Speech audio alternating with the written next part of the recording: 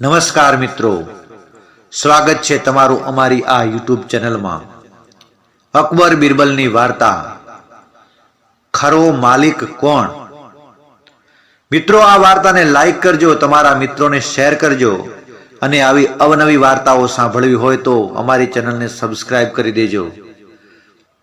એક દિવસ બિરબલ એને ઘેરથી દરબારમાં આવવા નીકળ્યો હતો. એ વખતે એક માણસ આવીને એના પગમાં પડી ગયો અને વિનંતી કરવા લાગ્યો, હજૂર, મને છેતરવામાં આવ્યો છે, મારી સાથે ઠગાઈ કરવામાં આવી છે. કોણે ઠગાઈ કરી? શી વાત છે? તું રાજ દરબારમાં ફરિયાદ કર. બિરબલને મોડું થતું હતું.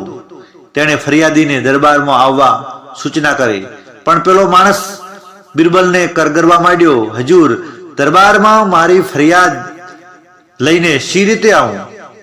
તમારો દરબારી હીરાચંદ મને ફાડી જ ખાય. મારે એની સામે ફરિયાદ કરવાની છે.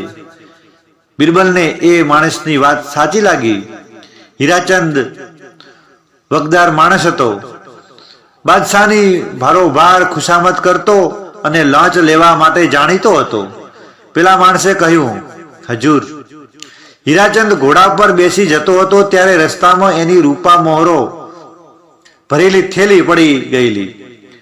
કોઈ એ થેલી શોધી આપશે, તેને 500 રૂપા મોહરો ઇનામ એણે જાહેર કરેલું. બિરબલે કહ્યું, હા, એ વાતની મને ખબર છે. એની એ થેલી જડી કે નહીં? પેલો માણસ કહે, હજૂર, મારા સારા નસીબે મને એ થેલી એક ખાડા પાસેથી મળી. હું હરખ ભર્યો હીરાચંદને શેઠને ત્યાં દોડ્યો, એને થેલી સોંપી. પછી તને ઇનામ આપ્યું? બિરબલે પૂછ્યું. પેલો માણસ કહે, એ બદમાશ ઇનામ આપવાને બદલે મારે ગળે પડ્યો.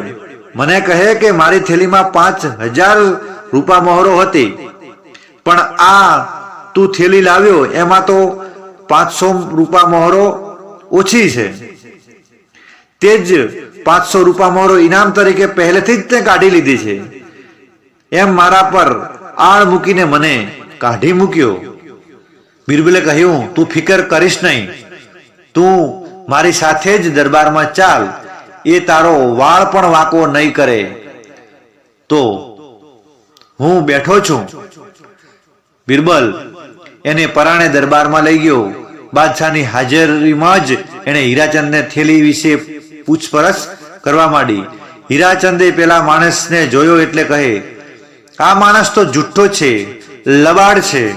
મારી થેલીમાં 5000 રૂપા મોહરો રોકડી હતી, પણ આ બદમાશે મને થેલી પાછી આપતી વખતે અંદરથી 500 રૂપા મોહરો પહેલેથી જ કાઢી લીધી.